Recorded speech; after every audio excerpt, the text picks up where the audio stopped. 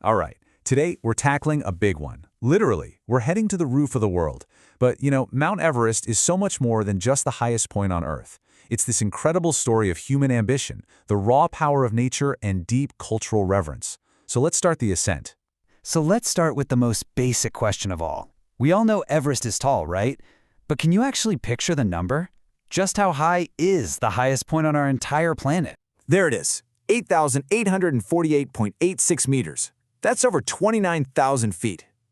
I mean, to put that in perspective, that's roughly the cruising altitude of a commercial jetliner. It's a number so big, it's almost hard to wrap your head around. It's the absolute ceiling of our world. So yeah, this isn't just some peak. We're talking about a monument of nature that literally scrapes the very edge of our atmosphere. So, where in the world do you even find a giant like this? You'll find it deep in the massive Himalaya range, where it actually forms the natural border between Nepal and China. I mean, can you imagine a landmark so enormous that it defines the geography of two whole nations?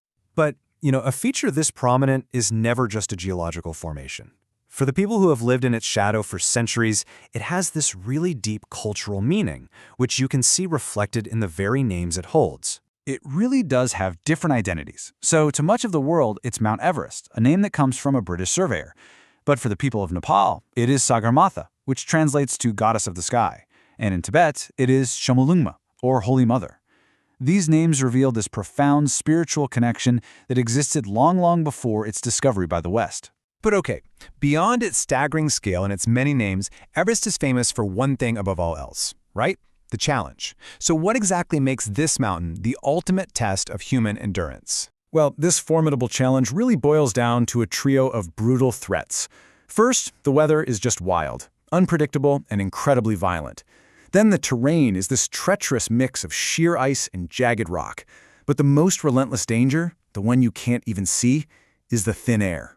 Let's just focus on this for a second, because this is the real killer. At the summit of Everest, the air pressure is so low that every single breath you take pulls in only about a third of the oxygen you'd get down at sea level. Your body and your brain are literally being starved, which makes every single step a monumental effort. So, given these insane dangers, it's no wonder that for a very long time, reaching the summit was thought to be flat out impossible. And that brings us to this absolutely pivotal moment in the mountain's modern story, the first successful ascent. I mean, think about it. For all of human history, the summit remained completely untouched. It was a symbol of the unattainable. Then, on one single day, May 29, 1953, everything changed. The impossible suddenly became possible. And the two men who stepped into the history books? Sir Edmund Hillary, a mountaineer from New Zealand, and Tenzing Norgay, an incredibly experienced Sherpa climber from Nepal. Together, they did what no one before them could.